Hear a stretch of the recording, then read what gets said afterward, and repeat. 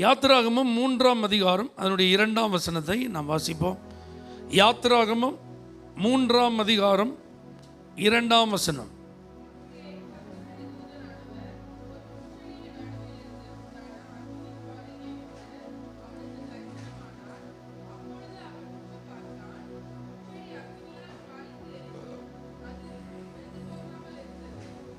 ஹல்லேலூயா. அப்பொழுது அவன் உற்று பார்த்தான். என்ன பாரு, எப்படி பார்த்தான்? உற்று பார்த்தான். இதான் இன்னைக்கு பிரசங்கம். ஆமென் சொல்லுங்க பார்க்கலாம். ஆமாம், ஆண்டவர் பைபிளில் நிறைய வார்த்தைகளை சொல்லியிருக்கிறார். நோக்கி பாருங்கள் சொல்லியிருக்கிறார். கண்களை ஏறெடுத்து பாருங்கள் அப்படி சொல்லியிருக்கிறார். கவனித்து பாருங்கள் அப்படிலாம் சொல்லியிருக்கிறார். ஆனால் இங்கே ஒரு வார்த்தை இருக்கு, மோசே உற்று பார்த்தான். அல்லேலூயா. இந்த பைபிள் நிறைய பேர் உற்று பார்த்துருக்காங்க. அப்படி உற்று பார்த்ததுனால என்னெல்லாம் நடந்திருக்குங்கிறத நம்ம கவனித்து இனி நாமும் எப்படி பார்க்க போகிறோம்? உற்று பார்க்க போகிறோம். சும்மா மேலோட்டமாக பார்த்துட்டு வந்துட்டேன், பார்த்துட்டேன், ஐயோ சரியாக கவனிக்காமல் வந்துட்டானே, உற்று பார்க்கலையே அப்படிங்கிற மாதிரி இல்லாமல் எதை எதை உற்று பார்க்கணுமோ அதெல்லாம் நம்ம என்ன செய்ய போகிறோம்? உற்று பார்க்க போகிறோம். அல்லேலூயா. இப்போ பாருங்கள், மோசே ஒரு 40 வருஷம் தன்னுடைய மாமனார் வீட்டில் இருந்து அவர் ஆடுகளை மேய்த்து கொண்டிருக்கிறார். அந்த வனாந்தரமான மலைப்பகுதியில் அவர் ஆடுகளை மேய்த்து கொண்டு வரும்போது திடீர்னு ஒரு முட்செடி பற்றி என்ன செய்யுது? எரிகிறது. காட்டு தீ பரவுகிறது சகஜம். காட்டில் செடிகள் எரிகிறது அல்லது இவங்களே செடிகளெல்லாம் எரிக்கிறதெல்லாம் வழக்கம். ஆனால் இப்போ இதில் என்ன ஒரு அற்புதம், என்ன ஒரு அதிசயம்னு பார்த்தா, செடி நல்லா தகன்னு என்ன செய்யுது? பற்றி எரிகிறது. ஆனால் அந்த செடியை அவிழ்ந்து போகாமல் அது அப்படி பசுமையாக இருக்குது. அதனால தான் பாருங்கள், இந்த அற்புத காட்சியை நான் கிட்ட போய் பார்ப்பேன் அப்படின்னு சொல்கிறதுக்கு முன்னாடி அவன் அதை உத்து பார்க்குறான். அல்லேலூயா. உத்து பார்த்ததுனால தான் அவனுக்கு தெரியுது அந்த செடி அவிந்து போகலை. ஏதோ செடி எரியுது அப்படின்னு, தீ எரியுது, புகை வருது அப்படின்னு நினச்சிட்டு அவன் சாதாரணமாக போயிருந்தான்னா மோசே என்கிற ஒரு மாபெரும் தலைவனை இந்த வேதத்தில் நான் பார்த்துருக்க மாட்டோம். அல்லேலூயா. அவன் உத்து பார்த்ததுனால தான் இன்னைக்கு மோசே ஒரு பெரிய தலைவனாய் நமக்கு முன்பாக காட்சி அளிக்கிறார். நல்லா புரிஞ்சுக்கோங்க, உங்கள் சரௌண்டிங்ஸில் நீங்கள் நிறைய காரியங்களை பார்க்கலாம். ஆனால் வழக்கத்திற்கு மாறா ஏதோ ஒன்று வித்தியாசமாக இருக்குன்னா நீங்கள் உற்று பாருங்கள். வழக்கமாக இருக்கிற மாதிரி இல்லை, சம்திங் டிஃப்ரெண்ட், சம்திங் ஸ்பெஷல், இது ஏதோ வேறு மாதிரி இருக்குது அப்படிங்கிற மாதிரி தெரிஞ்சால் நீங்கள் உற்று பாருங்கள்.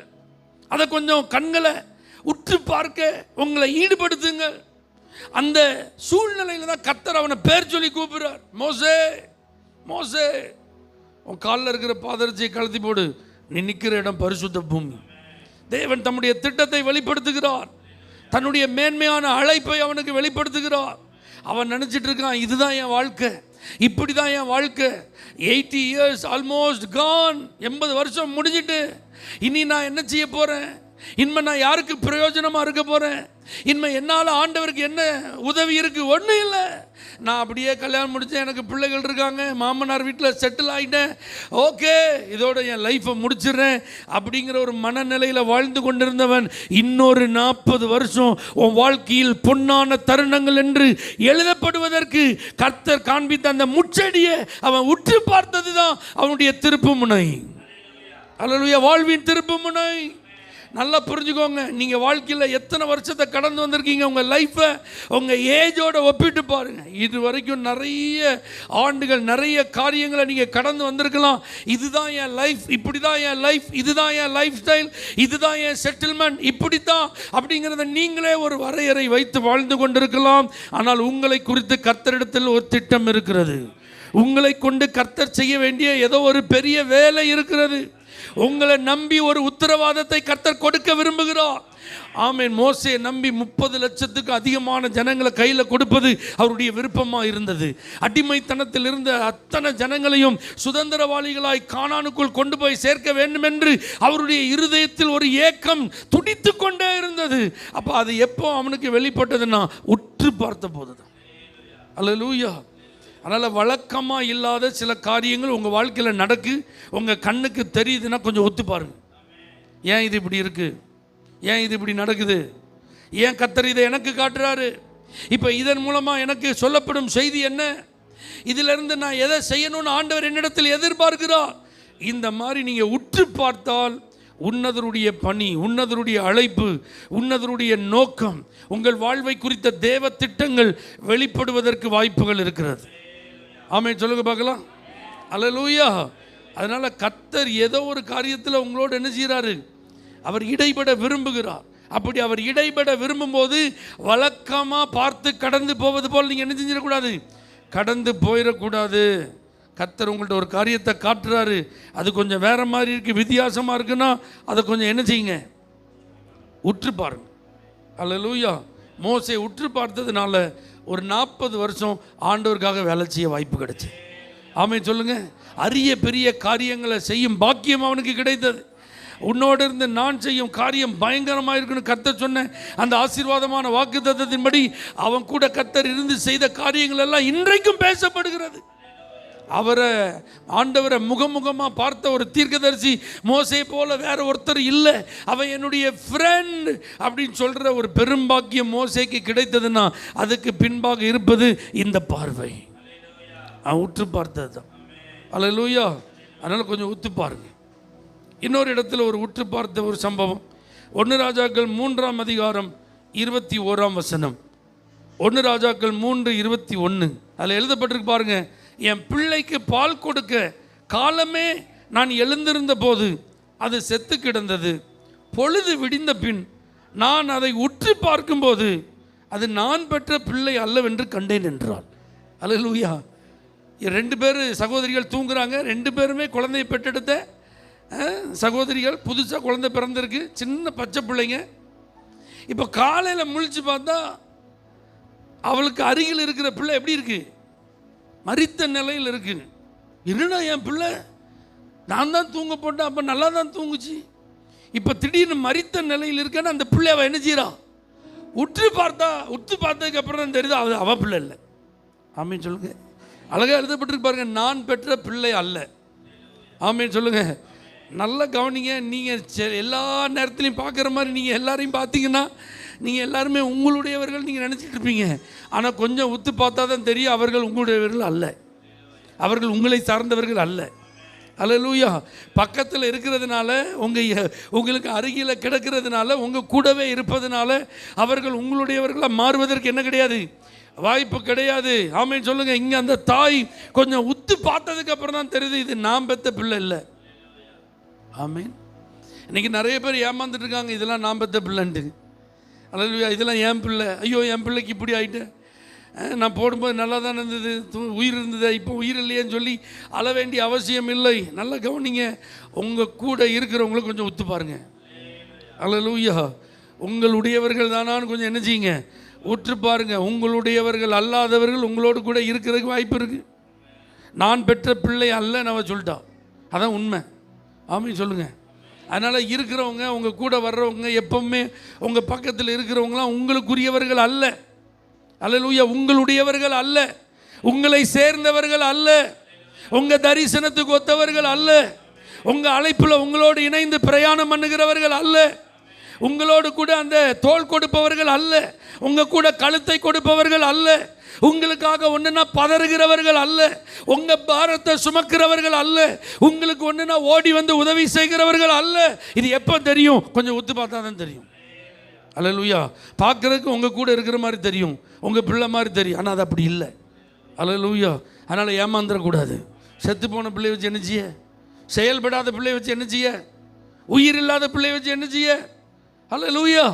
அதனால் கொஞ்சம் ஒத்து பாருங்க.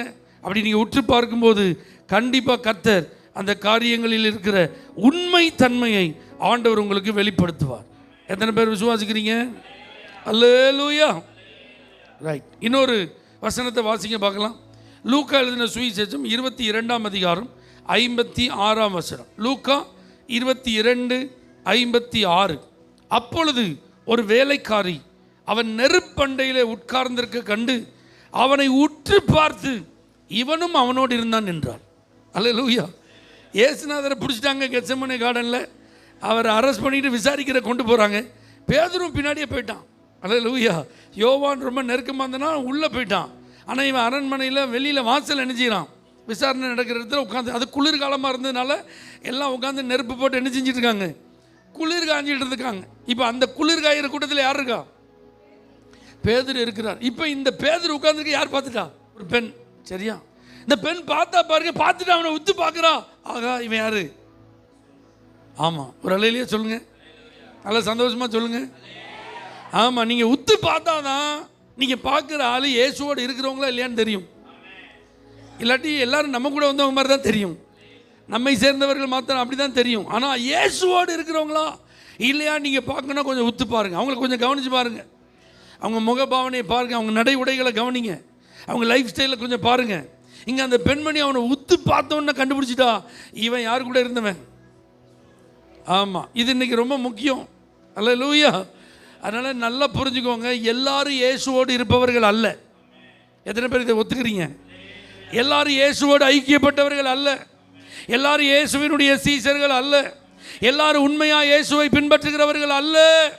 அல்லேலூயா. எல்லாரும் அழைக்கப்பட்டவர்கள் அல்ல, எல்லாரும் தெரிந்து கொள்ளப்பட்டவர்கள் அல்ல, எல்லாரும் அபிஷேகம் பண்ணப்பட்டவர்கள் அல்ல. இதை கொஞ்சம் உத்து பார்த்தா தான் தெரியும். ஆமென். அல்லேலூயா. இந்த பெண்மணி கண்டுபிடிச்சா இவன் யாரு? இயேசுவோடு இருந்தவன். இந்த கிருபையை கர்த்தர் தரட்டும். பொதுவாக சகோதரிகளுக்கு ஒரு கிருபை இருக்குது. என்ன கிருபை தெரியுமா? சகோதரர்கள் கணவன்மார் ஏதாவது பிள்ளை ஏதாவது சேட்டைக்கிட்ட பண்ணது கொஞ்சம் சரியில்லை, வழி சரியில்லைன்னா கண்டுபிடிச்சிருவாங்க. இந்த மோப்ப சக்தின்னு சொல்லுவாங்க பார்த்தீங்களா, அந்த மாதிரி கண்டுபிடிச்சிருவாங்க. உங்களுக்கு தான் பேசிக்கிட்டு இருக்கேன், ஒரு அலையிலேயே சொல்ல மாட்டேன்றீங்களே. அல்லேலூயா. நீங்கள் அவங்களெல்லாம் ஈஸியாக என்ன செய்ய முடியாது, ஏமாற்ற முடியாது. ஆமென். அதனால் சகோதரர்களே, உங்கள் மனைவிமார் உங்களை பார்த்து ஏதாவது லேசாக சொல்கிறாங்க அப்படின்னா அவங்க சும்மா சொல்லலை. ஏன்னா உலகத்தில் இருக்கிற மற்ற எல்லாரை காட்டிலும் நம்மளை உத்து பார்க்குறது யார்? அவங்க தான். அல்லேலூயா. ஆமாம், எங்கே நின்னாலும் அவங்க கண் யார் மேலே இருக்கும்? ஆமாம், அல்லேலூயா. அதனால் அவங்க நம்மளை உத்து பார்த்து ஒரு காரியத்தை சொல்கிறாங்கன்னா அது எப்படி இருக்கும்? அந்த பெண்ணு பார்த்து சொன்னது சரியா தப்பா? இவன் இயேசுவோடு இருக்கிறான்னு சொன்னது சரியா தப்பா? உண்மைதான். பேதுரு இயேசுனுடைய சீசன் தான், அதுவும் பிரதானமான சீசன். இயேசு தனியாக எங்கே போனால் கூட ஒரு 3 பேரை கூப்பிட்டு போவார் பார்த்தீங்களா, அந்த இன்னர் சர்க்கிளில் இருந்தவன். அப்போ அவள் கரெக்டாக தான் நடிச்சிருக்கா. ஆமாம், சொல்லுங்கள் பார்க்கலாம். அப்போ நம்மளை ஒரு கூட்டம் இப்படி உத்து என்ன செய்யுது, பார்த்துட்டு தான் இருக்குது. அப்படி உத்து பார்க்கும்போது நம்மளை பார்த்தோன்னே தெரியணும், இவர்கள் இயேசுவின் பிள்ளைகள், இவர் ஒரு பாஸ்டர், இவங்க ஒரு விசுவாசி, இவங்க ஒரு தேவனுடைய பிள்ளை. அல்லேலூயா. ரைட். இப்போ இன்னொரு வசனத்தை வாசிங்க. அப்போஸ்தலருடைய நடபடிகள் 3ஆம் அதிகாரம் 4வது வசனம். அப்போஸ்தலர் 3:4. பேதுருவும் யோவானும் அவனை உற்று பார்த்து எங்களை நோக்கி பார் என்றார்கள். அல்லேலூயா. இப்போ தேவாலயத்துக்கு ஜெபம் பண்ண போகிறாங்க பேதுரு யோவானும். அந்த நேரத்தில் வாசலில் ஒரு 40 வயசு நிரம்பின நடக்க முடியாத ஒரு மனுஷன் தர்மம் எடுத்துகிட்டு இருக்கிறார். எல்லார்ட்டையும் கேட்குற மாதிரி இவங்கள்ட்ட என்ன செய்கிறாரு, கேட்குறாரு. அப்போ பாருங்கள், இவர் இது ஏதோ ரொம்ப அதிகமாக நம்மள்ட்ட எதிர்பார்க்குற மாதிரி தெரியுத அப்படின்னு நினச்சிட்டு இருக்கிறத ஏதாவது கொடுத்துட்டோ அல்லது ஒன்று இல்லைங்கிற பதிலை சொல்லிவிட்டு அவங்க போகாமல் 2 பேரும் அவனை என்ன செய்கிறாங்க, எங்க பிச்சை எடுக்கிறவனு உத்து பார்த்தா என்னங்க தெரிய போகுது? ஹலோ, தர்மம் எடுத்து பிழைக்கிற ஒரு மனுஷனை உத்து பார்த்தா என்ன தெரிய போகுது? என்ன தெரிய போகுது? அவன் பரிதாபமாக இருப்பான், சோகமாக இருப்பான், அவன் முகமே அவன் வாழ்க்கையில் அவன் மனசில் இருக்கிற காயத்தை வருத்தத்தை வேதனையெல்லாம் என்ன செய்யும், அதான் தெரியும். ஆனால் இவன் உத்து பார்த்தப்ப தான் தெரியுது இவனுக்குள்ள ஒரு ஏக்கம் இருக்கிறது. அல்லேலூயா. ஏன்னா வாழ்க்கையில் இதுவரைக்கும் தேவாலயத்துக்கு வெளியிலே இருக்கிறேன்னா எனக்கு ஒரு அற்புதம் நடந்தா. இயேசுநாதர் வாழ்ந்த காலத்தில் எத்தனை அற்புதம் நடந்தது, தேவாலயத்துக்கு எத்தனை தடவை இயேசு வந்திருக்கிறாரு, எத்தனை சப்பானிகள் குணமானாங்க, எத்தனை முடவர்கள் நடந்தார்கள். ஆனால் அன்னைக்கெல்லாம் இவனுக்கு அந்த அற்புதம் என்ன செய்யலை, நடக்கலை, இவனுக்கு இந்த சுகம் கிடைக்கல. அதனால் அவனுடைய உள்ளத்தில் எனக்கும் இந்த ஆலயத்துக்குள்ளே போகிறதுக்கு ஒரு வாய்ப்பு கிடைக்காதா, நானும் இந்த சாப வாழ்க்கை நீங்கி ஆசீர்வதிக்கப்பட்ட ஒரு மனிதனா இந்த தேவாலயத்துக்குள்ளே நுழைய முடியுமா, நானும் மற்றவர்களைப் போல இந்த ஆராதனையில் பங்கெடுக்க முடியுமா அப்படிங்கிற ஒரு ஏக்கம் அவனுக்குள்ளே இருந்ததுனால தான் அவங்க சொல்கிறாங்க, வெள்ளியும் பொண்ணும் எங்களிடத்தில் இல்லை, இயேசுவின் நாமத்தில் எழுந்து நட. இப்போ இவனுக்குள் அந்த வாஞ்ச தாகம் இல்லைன்னா இவன் என்ன செஞ்சிருப்பான், எழுந்து நடந்ததை பார்த்த உடனே அவங்கள கெட்டி பிடிச்சி ஒரு கிஸ் பண்ணி கை கொடுத்து தேங்க்யூ ஸோ மச், உங்களை வாழ்க்கையில் நான் நினைச்ச மாட்டேன், மறக்கவே மாட்டேன், எங்கள் வீட்டுக்கு நான் போகிறேன்னு அவன் என்ன செஞ்சுருக்கணும், வீட்டுக்கு போயிருக்கணும். ஆனால் அவன் வீட்டுக்கு என்ன செய்யலை, போகலை. அவன் வீட்டுக்கு போகாமல் தேவாலயத்திற்குள்ளே வந்தான். அப்போஸ்தலர்களை பற்றி கொண்டான். ஆமென் சொல்லுங்க. அப்போ அவன் இருதயத்தில் ஒரு ஏக்கம் இருக்குது. பார்த்தீங்களா? நீங்கள் நிறைய பேரை தெருவில் பார்க்குறீங்க, உங்கள் பழகிற இடத்துல பார்க்குறீங்க, வேலை செய்கிற இடத்துல பார்க்குறீங்க, படிக்கிற இடத்துல பார்க்கிங்க. அவர்கள் வழக்கம் போல் ஒரே இடத்துல இருக்கிறாங்க, வழக்கம் போல் உங்கள் பக்கத்தில் உட்கார்ந்துருக்கிறாங்க, வழக்கம் போல் உங்களை முகமுகமாக பார்க்குறாங்க. நீங்கள் டே டு டே லைஃப்பில் அவங்க கூட நிறைய சேட் பண்ணுறீங்க. ஆனால் அவங்கள உத்து பார்த்தா தான் அவங்களுக்கு உள்ளே இருக்கிற ஏக்கம் தெரியும். அல்லேலூயா. அவங்க மனசுலேயே ஒரு வாஞ்சை இருக்குது, எனக்கு ஒரு நல்லது நடக்காதா, எனக்கு ஒரு விடிவு வராதா, எனக்கும் இயேசு ஒரு அற்புதம் செய்ய மாட்டாரா, இந்த தேவாலயத்தில் எத்தனை அதிசயம் நடந்திருக்கு, அது என் வாழ்க்கையில் நடக்காதா, இந்த ஆலயத்துக்குள்ளே நான் போக முடியாத ஒரு சாபம் என் வாழ்க்கையில் இருக்கு. இப்படி பல கேள்விகள் அவனுக்குள்ளே இருந்ததை அவங்க உத்து பார்த்ததுனால தான் கண்டுபிடிச்சி ஒரு அற்புதம் அங்கே நடக்குது. இன்றைக்கும் அற்புதத்திற்கு காத்திருக்கிற நிறைய பேர் நம்ம பக்கத்தில் இருக்கிறாங்க. அல்லேலூயா. ஆண்டவரை வாஞ்சியோடு தேடணும்னு விரும்புகிற நிறைய பேர் வழி இல்லாமல் இருக்கிறாங்க, வழி தெரியாமல் இருக்கிறாங்க, வர முடியாமல் இருக்கிறாங்க. அல்லேலூயா. அவங்களாம் வரணும், அவங்களும் நம்மளை போல் ஆலயத்தில் வந்து ஆராதிக்கணும்னா நீங்கள் கொஞ்சம் ஒத்து பார்க்கணும். அவன் வேலையில் பிஸியாக இருப்பான்ப்பா, அவன் அந்த இடத்த விட்டு நவளவே மாட்டான்ப்பா, அவனுக்கு அதுதான்ப்பா. இல்லை, அந்த நபருக்குள்ள ஒரு வாஞ்சை இருக்குது. வேலை இருந்தாலும், தொழில் இருந்தாலும், நெருக்கடி இருந்தாலும், அந்த இடத்த விட்டு வர முடியாத பிஸி ஷெட்யூல் இருந்தாலும் ஆண்டவரை தேடணும், அவருடைய வார்த்தையை கேட்கணும், அவருடைய பிரசன்னத்தை அனுபவிக்கணும், ஒரு ஏக்கம் அவருடைய உள்ளத்தில் இருக்குது. இது எப்போ தெரியும் சொல்லுங்கள்? எப்போ தெரியும்? ஒத்து பார்த்தா தான் தெரியும். ஆமென் சொல்லுங்கள் பார்க்கலாம். அல்லேலூயா. ரைட். இன்னொரு வார்த்தையை பாருங்கள், அற்புதமான ஒரு வார்த்தை நீங்கள் பைபிளில் பார்க்கலாம். அப்போஸ்தலருடைய நடபடிகளில் 13ஆம் அதிகாரம் 9வது வசனம். அப்போஸ்தலர் 13:9. அப்பொழுது பவுல் என்று சொல்லப்பட்ட சவுல் பரிசுத்த ஆவியினால் நிறைந்தவனாய் அவனை பார்த்து. அல்லேலூயா. இப்போ ஒரு அதிபதிகிட்ட பவுல் வந்து சுவிசேஷம் சொல்லிட்டு இருக்கான். ஆமென். நல்ல அவன் பிரசங்கத்தை கேட்டுட்டு இருக்கான். இவன் இயேசுவை பற்றி சொல்கிற ஒவ்வொரு வார்த்தையும் அந்த அதிபதி உட்கார்ந்து காது கொடுத்து கேட்டுட்டு ஆல்மோஸ்ட் ரட்சிப்புக்கு ஏற்ற விசுவாசம் அவனுக்குள்ளே என்ன செய்ய போகுது, வரப்போகுது. ஆனால் அவன் பக்கத்தில் ஒருத்தன் இருந்தான். அல்லேலூயா. அந்த பக்கத்தில் ஒருத்தன் இருந்து இவனை டிஸ்டர்ப் பண்ணிகிட்டே இருக்கான், தொந்தரவு பண்ணிகிட்டே இருக்கான். இந்த வசனத்தை அவன் கேட்க விடாமல் அவன் மைண்டை டைவர்ட் பண்ணிகிட்டே இருக்கான். இந்த சுவிசேஷத்துக்கு அவன் என்ன செய்யக்கூடாது, செவி கொடுக்கக்கூடாது என்பதில் ரொம்ப கவனமாக இருக்கான். இடைஞ்சல் பண்ணிகிட்டே இருந்தான் பாருங்க. இப்போ தான் பவுல் என்ற சவுல் பரிசுத்த ஆவியில் நிறைஞ்சி அவனை உத்து பார்த்தா, அதுக்கப்புறம் அவன் யாருன்னு ஒரு லிஸ்ட்டே கீழே போடுறான் பாருங்க. என்ன போட்டிருக்கு? எல்லா கபடமும் எல்லா பொல்லாங்கும் நிறைந்தவனே, பிசாசின் மகனே, நீதிக்கெல்லாம் பகைஞனே, கர்த்தருடைய செம்மையான வழிகளை புரட்டுறதுல நீ ஓய மாட்டியா?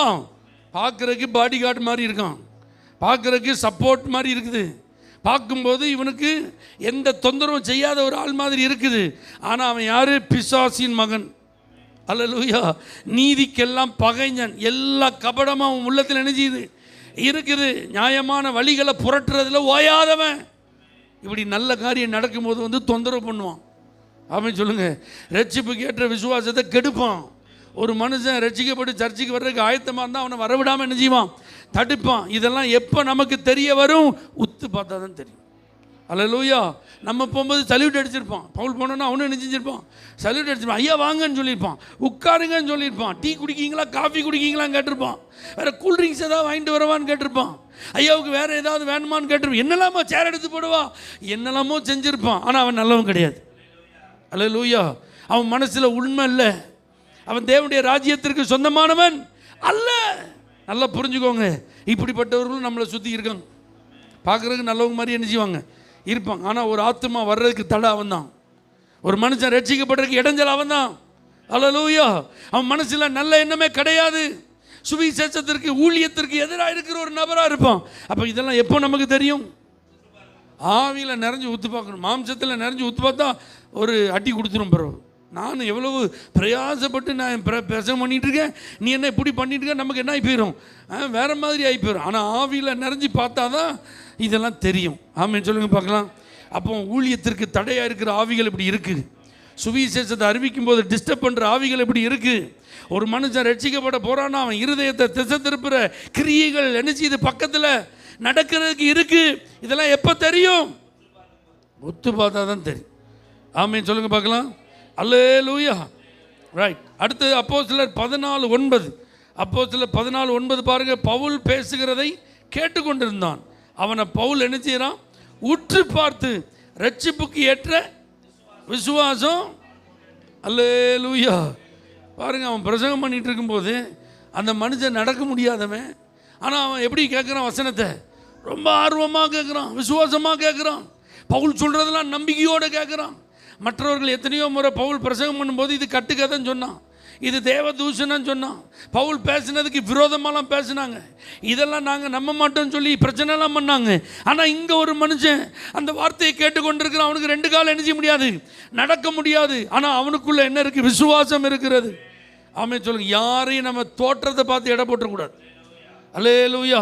வெளியரங்கமாக பார்த்து இவங்கெல்லாம் என்னத்தான் ஆர்வமாக இருக்க போகிறாங்க அப்படி நினச்சிடக்கூடாது. இவங்கெல்லாம் எதுக்கு வந்திருக்காங்க தெரியல அப்படி நினைக்கக்கூடாது. அல்லேலூயா. அவங்க சாதாரணமானவர்களாக இருந்தாலும், பாதிக்கப்பட்டவங்களாக இருந்தாலும், பலவீனப்பட்டவங்களாக இருந்தாலும், அவங்களுக்குள்ளும் ரட்சிப்புக்கு ஏற்ற விசுவாசம் இருக்கிறதுக்கு வாய்ப்பு இருக்குது. அல்லேலூயா. அப்போ இதை கொஞ்சம் நல்லா என்ன செய்யணும்? உத்து பார்க்கணும். ஆண்டோட அப்படிப்பட்ட நல்ல தரிசன கண்களை கேட்கணும். அல்லேலூயா.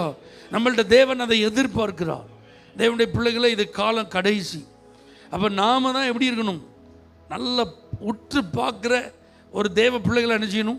இருக்கணும். இதில் நிறைய பாசிட்டிவான காரியங்கள் இருக்குது. உற்று பார்க்கும்போது நெகட்டிவான காரியங்கள் இருக்குது. பாசிட்டிவை எப்படி அப்ரோச் பண்ணணும், நெகட்டிவானதை எப்படி டீல் பண்ணணும், இதெல்லாம் நமக்கு தெரியணும்னா நம்ம என்ன செய்யணும்? சொல்லுங்கள். உத்து பார்க்க. ஆமென். அப்போ நீங்கள் ஆண்டோட ஜெபம் பண்ணணும். ஆண்டவரே, வெளுத்ததெல்லாம் பாலுன்னு நான் என்ன செஞ்சிடக்கூடாது. உலகத்தில் பழமொழி சொல்கிறாங்களே பெரியவங்க, அப்படி நம்பி நான் என்ன செஞ்சிடக்கூடாது, ஏமாந்துடக்கூடாதுப்பா. அல்லேலூயா. ஆமென் சொல்லுங்கள். நான் எந்த விதத்திலும் ஏமாற்றப்பட்டு விடக்கூடாது, வஞ்சிக்கப்பட்டு விடக்கூடாது, எனக்கு இடரல் எதுவும் என்ன செஞ்சிடக்கூடாது, வந்துடக்கூடாது, என் பிரயாசம் எதுவும் வீணாக என்ன செஞ்சிடக்கூடாது, போயிடக்கூடாது. ஆகவே உற்று பார்க்க எனக்கு கிருபை தார்.